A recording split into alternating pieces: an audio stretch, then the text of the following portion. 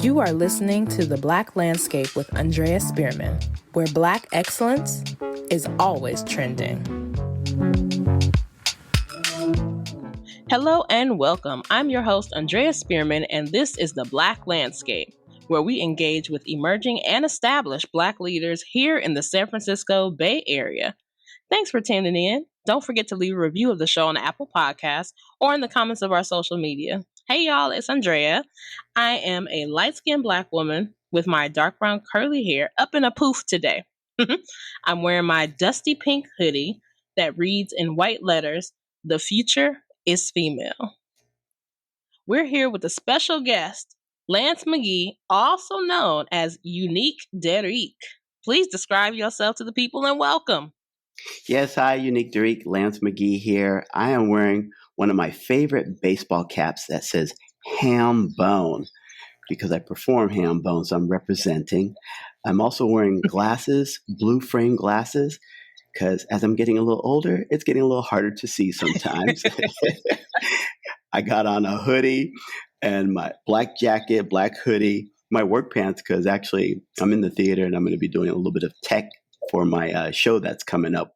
And so I wear tech clothes when I'm doing tech. So that's how I am dressed in this moment. Yes, sir. And I love that ham bone. Ham bone, where you been? Round the world and back again. Hey. Come on now. That's right. That's a classic. Yes, it is. Yes, it is. And if you don't know what that is, children, I'm going to need you to Google it, get your history together. Oh, I'm going to bring it in this interview. I'm going to bring it. I'm going to tell it in a moment. Oh, yeah. I'm going to tell it. Yes. Okay, great. Yeah. Well, welcome, Lance. For Thank those you. who, may not know who you are, just briefly share a little bit about yourself, because we're going to do a deep dive later, but just briefly tell the people who you are. Yeah. As an African-American artist, entertainer, clown, physical comedian, juggler, ham bone body percussionist, performer, I've been doing this work 40 some years now that I started, and I've traveled around the world, and we can talk about that and the work that I do. But I reside in Oakland, and I've been doing circus arts for a long time and performing it for a long time. Yeah, I read that in the note that was sent to me. I read, more about you online. And before we get deep into the clowning and the artistry, let's go way back to the beginning. Yeah. Talk about, your childhood, like growing up here in the Bay Area. Yeah. We were living in Albany at the time. My mother was going to UC Berkeley and studying dramatic arts. And I was about 10 years old, and I was in plays with my mom at UC Berkeley.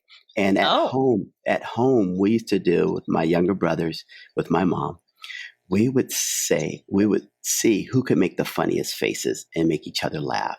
So there was always that creativity, expression. All my siblings were all artists in some capacity. And that's where it started. But actually, I have a theory it started before then. I think this was unknown that in my childhood and in my spirit that I was a performer at heart without knowing it. And seeing my mother's influences and hearing about my grandfather, who was a tap dancer, songwriter, that was just in the family. But I think in the spirit, I think I was just born to do this work and just finding my way of how to do it. I love to hear that. I love to hear about family lineages. Just to say a little bit about my grandfather, songwriter, tap dancer, wrote a big hit. He co-wrote Great Balls of Fire that Jerry Lee Lewis sang back in the 50s. Yeah, my grandfather, Jack Hammer, is not alive anymore. And he was an artist, tap dancer, songwriter, did some beautiful paintings. I have all his paintings in my storage. And so he wasn't directly around when I was coming up, but I remember hearing about him and meeting him here and there as a young person, young adult. And when I did some work in New York, I got to hang out with him a little bit and learn about the biz. But yeah, so he was very influential to my mother and my mother to me. And that's how I stand on those shoulders. Yes, I love that. I clown on those shoulders. I love it. Yes, because Yeah. it's all contained, it's all continual, and I love that for you. That Thank you. you're continuing this legacy of performance and taking Yeah. it to different realms and inspiring people. Thank you. So you said that you started performances with your mom. I'm sure as a kid that was really exciting. Like, how did it feel? Like, did you have peers who are also in the performing arts, or were you like in regular school? And I was in the play with my Mm-hmm. mother, A Raisin in the Sun, and I played Love Raisin in the Travis. Sun. Mm-hmm. And so, but then from that, because my mother was performing with a group called Common Arts in Berkeley, I met a woman who taught clowning that worked with Common Arts. And this is where it really started for me. I already had this sense of playfulness and sense of humor. This woman, Arena Isaacson, my first clown teacher, and just talked to her recently. She was visiting my mother, and she walked by my bedroom, and she saw me in my bedroom, and I had this cap that to like if you were if you had curlers in your hair, you would Mm-hmm. wear this cap and it would heat up. Well, Yes. I didn't have rollers in my hair, but I put this on because it had the cord that would plug into the wall, and I thought, wow, wouldn't that be funny if I put it on? I just act like the robot and just act like I'm getting charged up to bust a move and do something. And I'm in my room doing this, and Arena walked by. She thought it was so funny and so playful. She told me that she taught clowning and would I be interested in taking her clown class. Now, honestly, when she said clowning, I was like, yeah, right. But I went and took the class, and this is where I got to meet my peers and work with kids who are learning to express yourself through acting, theater games, warming up the body, stretching, being funny together, and learning all basics of clowning and expressing yourself and exaggeration and what that process looks like in rehearsing and taking classes. And I loved Mm-hmm. it. I learned to juggle. I started riding a unicycle. It just took off. And at this time, I was 15 years old. I was like, this is so fun that I just love this. And I just never stopped. Mm-hmm. You said these are my people. Yep. Yep. This Yep. is it. Yeah. Yeah. So that was the start. And from there, I joined when I was 18. I joined the Pickle Family Circus in San Francisco. Mm-hmm. And what was interesting for me at this time is I didn't really see many African American wannabe acrobat, juggler, clown in my community. I didn't Mm-hmm. really see that, but I was influenced by those that I was around who was doing this clown work and doing circus arts, and that was engaging for me. And I just found something that I loved to do, and it became like not so much about the color of my skin or being in a culture where I'm being reflected about what I'm doing. I was in a culture that I was being reflected of, something that just felt true to me that I could Mm-hmm. identify with. And so I worked with the circus for about 3 years. And while I was working with the circus, I learned about New College of California in San Francisco having a independent studies program. Mm-hmm. And I got into school. And so while I got my bachelor's in through humanities, studying circus arts. Then my advisor brought to my attention blackface minstrels. And she thought that it was important for me to understand about buffoonery and the distinction and the difference between buffoonery and clowning.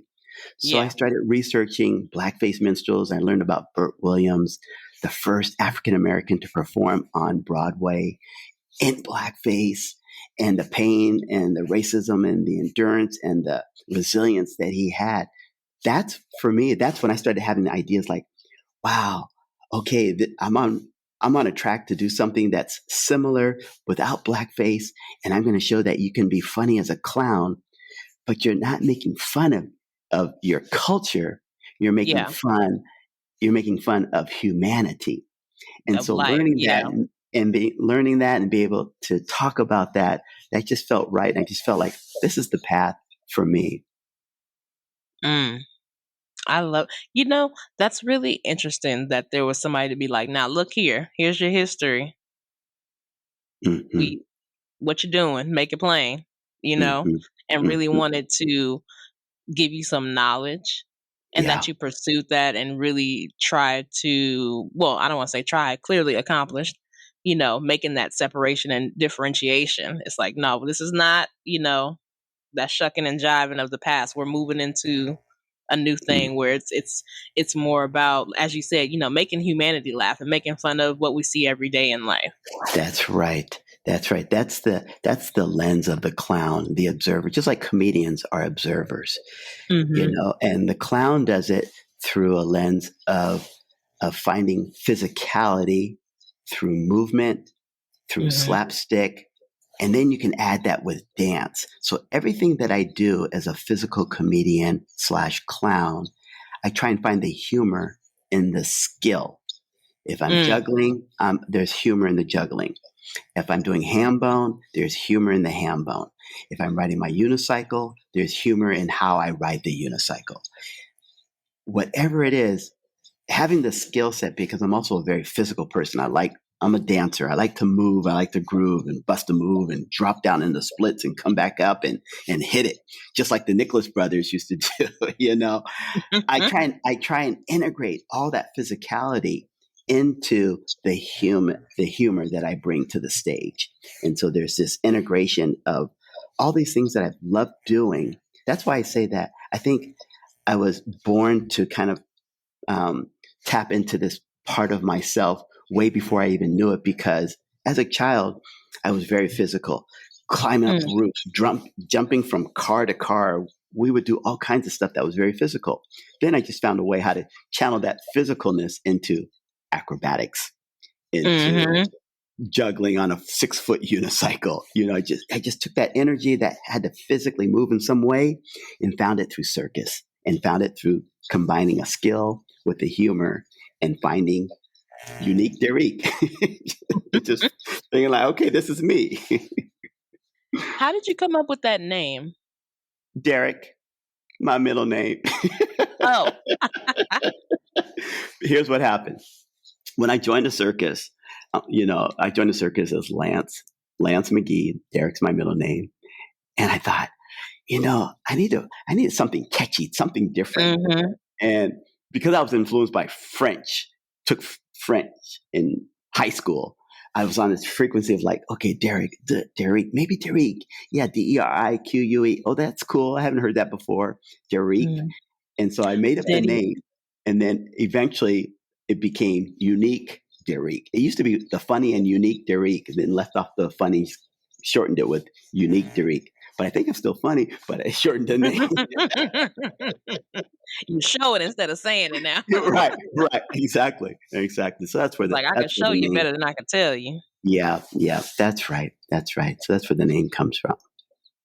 Mm. So Unique Derique is the Yeah, clown about town. hmm, that's And right.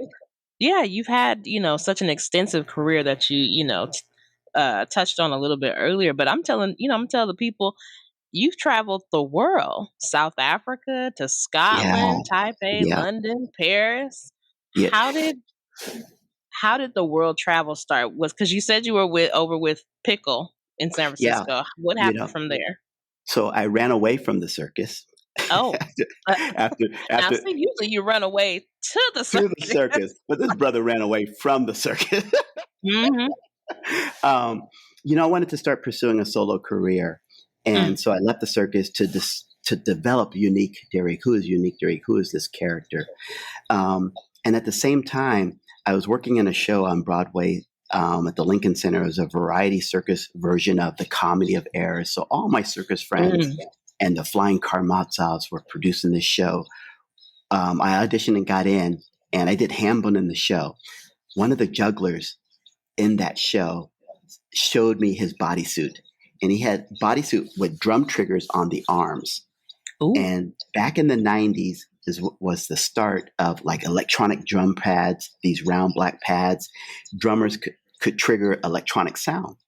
Well, Hmm. his bodysuit had triggers hooked into a drum machine, and when he would juggle, the ball would hit a trigger and have a drum sound. And I put two Wow. and two together. I'm going to take ham bone and create ham tech.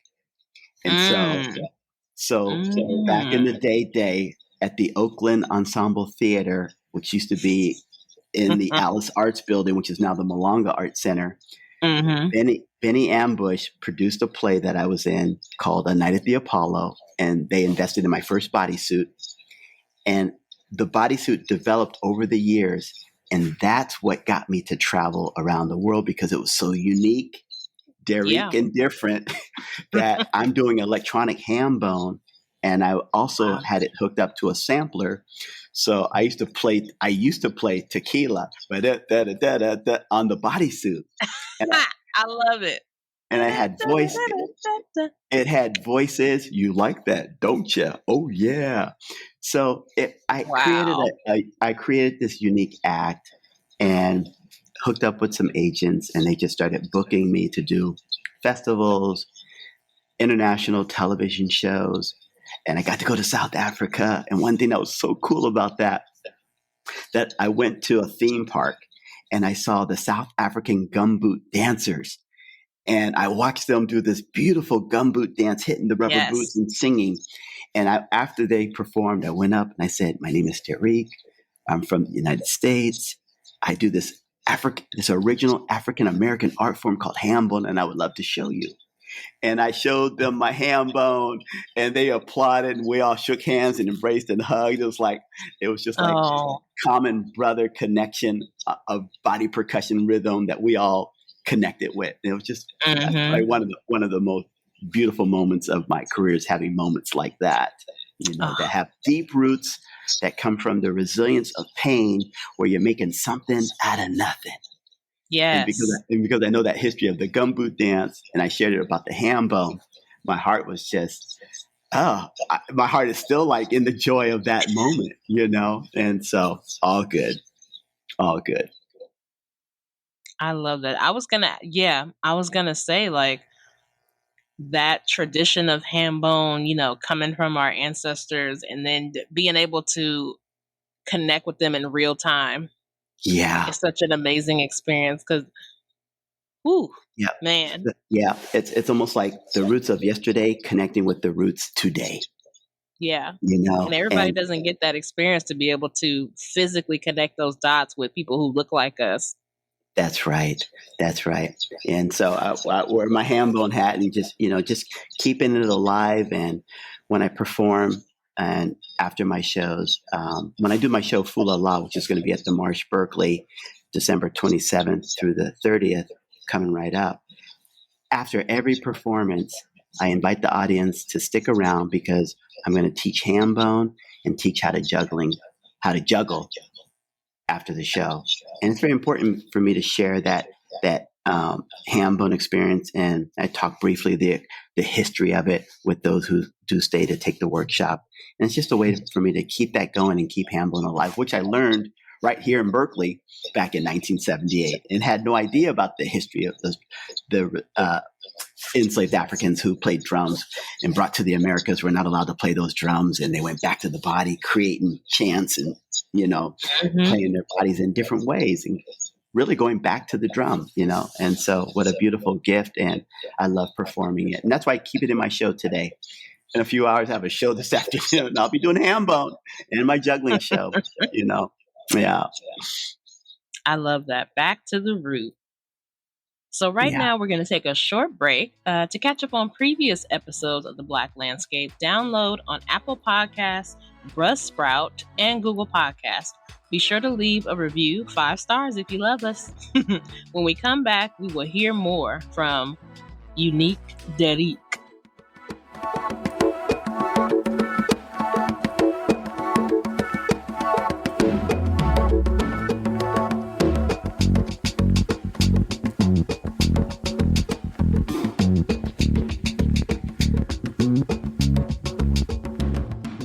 Hello and welcome back. We're still here with Lance McGee, aka Unique Derique.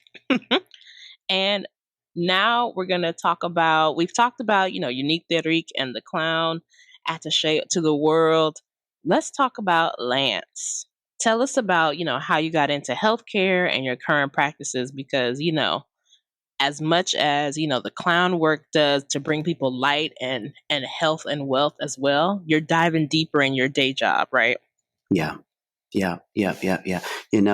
Thank you for that question and bringing that into this space because I think it's very important. I'm I'm a trauma informed wellness consultant, and I work at Frick United Academy of Language in East Oakland, supporting teachers how to be more trauma informed and how to support students who are dealing with a lot of trauma, but how to help them get regulated so that they can focus and learn and not to be punitive. But the way I Mm, got but the way I got there was in my career as a performer about 15 years ago. I started thinking, I'm getting a little older and this work is very physical. I should have a backup. And my mother always did say, get your master's degree in something, because you'll find a job, with a master's degree. And that always stuck with me. So I learned about drama therapy in San Francisco at California Institute of Integral Studies mm-hmm. and checked out the program. I loved it because drama, theater, they were using theater techniques mixed in with therapeutic practices. And I thought, oh my God, this is amazing. This is amazing work. And so I went into the program, graduated from the program, and I started counseling kids in Oakland schools. And what I was observing was how teachers were being very punitive, dealing with students who were being disruptive. And some of those students were my clients. And I thought, if the teacher knew what that child, what the student was dealing with, that they would treat them differently. So I thought, you know Mm, what? Let me shift my career here. Let me find a way to start working with teachers. And my supervisor, who used to counsel me or supervise me when I was working with students, knew that I was wanting to move in this different direction. She got a grant and she offered me this position to start working as a trauma informed wellness consultant at Frick School. And there I started checking in with teachers. I do trainings on trauma informed practices as the school is working to be a trauma informed school. That means every adult, from the custodian to the kitchen food provider to the administrators, principal, and teachers, understand how we can be perpetuating trauma if we're not showing empathy and relating to the child, the student, in a way that shows that we care. Where it's not, you can be firm, but you also got to show that you care. And so I work with mm-hmm. teachers. I work with teachers, reminding them what empathy looks like. I have an office at the school site. It's optional for teachers to check in about how things are going in their classroom. And I can go to the classroom and I can observe and give feedback to the teacher. So I'm really teacher centered, focused on supporting them, not only on being trauma informed with best practices working with the students, but then also making sure that you're taking care of you. What is your self-care practice?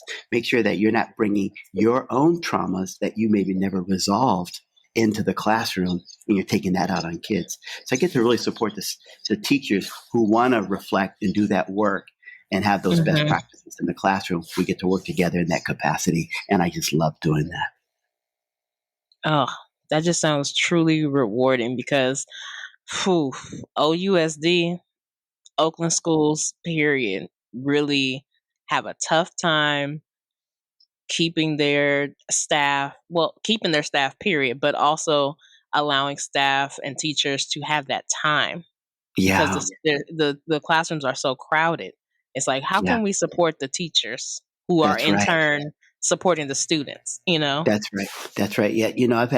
If I read you some of the testimonies that from teachers over the years, it touches my heart in such a deep way that there's been teachers that said, they call me Mr. McGee when I'm at work, and they'll say, like, Mr. Mm-hmm. McGee, I wouldn't have stayed here if you weren't here doing the work Mm, because I feel so supported by your check-ins and so supporting the teachers in that way. And then there's some administrators who I support it in a different way where I get to bring in circus.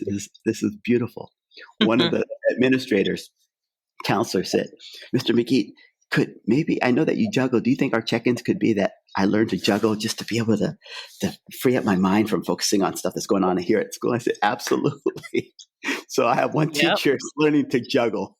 So it's funny, I get to integrate my physical comedy skill set and playfulness into the healing realm of trauma, Yes. where I get to, when I do trainings with the staff, or when I I also have a mindfulness practice. And so we do mindfulness at school.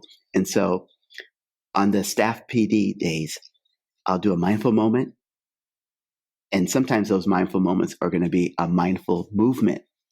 And I'm going to get everybody up out of their seat.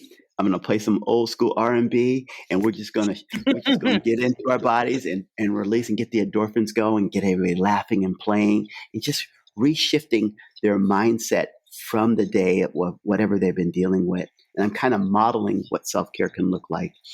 When I do guided meditations, I do a visualization exercise with them, imagining what is your self-care going to look like when you go home today or for tomorrow? What are you going to do to take care of yourself? Imagine this, see it to be it, name it and claim it. And I do all this in my practice as a trauma-informed wellness consultant for the staff at Frick United Academy of Language.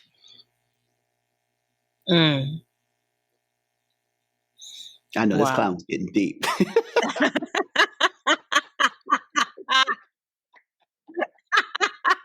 Woo, let's go. Let's go. Let's go. Let's grow. Let's go. Let's grow. Let's flow. I love that. Yeah. Yes, I've really enjoyed the upsurge of creative arts in the healing process. Yep.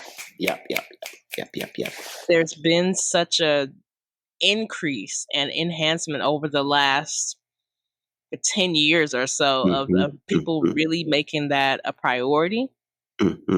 That's their right. their mental health a priority, and then also bringing some creativity, whether it's movement, whether it's singing, whether it's some physical aspect to it, but taking it out of just talking about things, because sometimes you don't want to talk about it. You just want to juggle some balls in the air, or you want to just sing about a song or scream a song or do some movement or throw things against the wall. There's so many different ways or write about it, write a poem about it, say it back to your therapist, throw it away. And it's like you're getting those feelings and emotions out. So this is really blessing me to hear what you're doing. Thank you. And specifically for Frick, because I didn't go to Frick, but I know people that did. My mom did back in the day. So it's like I have that connection there. And it's just East Oakland, period, needs more of that, needs more ways I'm always an advocate for young people to have, and adults too, who have either grown up here or seen what's happening here in the city, and trying to express their frustrations in a way that's positive and creative so that they continue to grow and change. That's right. Yeah. I'm very grateful to have the two careers that I have. And like I said, like I was saying about the clowning and theatrics, I think that was in me before I knew that it was in me. When I think about my childhood, I was the type of kid that I always felt like, when we were playing sports, the other team, like, well, I don't want her. I don't want no girls on my team. They can't play. But I was the one that was like, hey, let's just have fun. It's not about winning all the time, And I feel like I still have that today. That whatever was going on in my spirit, in my soul, in my consciousness at that time about caring for people and being easily, I could be empathize in a situation, that guided me to wanting to go back to school to get my degree in counseling, and to be a therapist, and so that unfolding of the humor and the clowning and the physical comedy and the mental health and the pain. I feel like I'm kind of living out happy and sorrow together in my own way through my careers and for my own satisfaction. Soul satisfaction, Yes. And so I'm just very grateful that I've listened to my heart and it's guided me where doors open up, and I feel like, this is where I'm supposed to be right now. Yes. So will the people be able to get some soul satisfaction at your show that's coming up? an abundance of joy. Absolutely. Ooh la la. Come laugh at me, come laugh with me, and come learn after the show with me. It's full la la. It is just so much fun. There's something in there for everybody. I call it Digital Derique. I close out my show with Digital Derique. I have a wireless bodysuit that it glows in black light, and I'm playing all these drum sounds and with audience participation and juggling and doing the ham bone. And I got all the lights. See, that's the other thing about my show that I love. See, I never made it to like Cirque du Soleil where they did all this high production with smoke machines and lights. Well, I got all that now. I've invested so much. It's like Cirque Derique. Yeah, you're right. Exactly. So I was just on this mission to I'll just create my own environment where I can do all the lighting and the smoke and do the high quality production, that I can present and just make that fun for myself and hope that others enjoy that. So Fulala Holiday Gift is it's a real gift of playfulness. That's what it's really all about. That's the gift. I try not to say that, but that's what the gift is. It's just being your joy. Whatever that is that you like to do, that's your gift. But come see me present my gift, and hopefully you get a gift from it, right? And what are those dates again? Yeah, it's at the Marsh, Berkeley, December 27th through the 30th at 1:00. And you can go to themarsh.org to get more information and ticket information. Yes, I know I'll be looking forward to it. Oh, absolutely. Yeah. It's been so great to get to know you, Lance. And especially because I'll tell y'all this. To be honest, I'm not a huge fan of clowns just because of my own personal trauma. I get it. I get it. Weariness. But that's because, for myself, clowns have been presented in this scary way. You're right. Very much in movies and media. It's always kind of a tension and a horror, and they're in horror films, and I'm like, I don't like that. But that's right. That's right. For a lot of kids that go to the circus and see traditional clowning and white face with a big red nose and a lot of colors, that's very disturbing because you don't have a reference of where that mask comes from, what that is. So that can be very frightening. I started off my career wearing makeup, but then I learned you can be funny without the makeup. So in my character for Unique Derique, I wear round glasses with no lens and no makeup, maybe just a little bit of eyeliner just to help bring out my expression on stage in the lights. But, eyebrows up, smiles up big, and stick your head out and move around in funny isolated movements, and being able to use your body and manipulate tricks, that's very fun and very entertaining for me. And so, my partner likes to say, you shouldn't tell people you're a clown. You're a physical comedian. Because they have that clown association, you wear makeup? Oh, we'll see, Yeah. But see, and that's why I was excited to take this conversation with you to really dive into what that means for you, because I did notice that. I was like, oh, he don't wear makeup like that, even though some other folks do. But I decided to have this conversation with you to clear that up. And I'm so glad to have gotten into this deeper work and for you to break down your artistry and process with us. Thank you so much. Thank you. Thank you for having me on the program. I really appreciate it. I'm very grateful. Of course. Yes. And, tell the audience where they can find you. Where's your socials? Okay. So Unique Derique. You can, let's see, I have Twitter account, Unique Derique. You can follow me on Facebook, Unique Derique. Everything's Unique Derique. That's UNIQUE. DERIQUE, and even Linktree. Probably Linktree is my best social because there has all the information of all my shows and my work doing the trauma informed work. It has everything about my two careers on Unique Derique Linktree. Well, thank you so much for chatting with me today. You're so welcome. Nice to meet you, and I look forward to seeing you when I see you. Yes, sir. And everyone out there, those links will be in our show notes as usual. So tap in and support Black creativity. Thank all of you out there for listening and supporting another season Again, leave a review of the show on Apple Podcasts or in the comments of our social media. This has been another episode of The Black Landscape with Andrea Spearman, where Black excellence is always trending.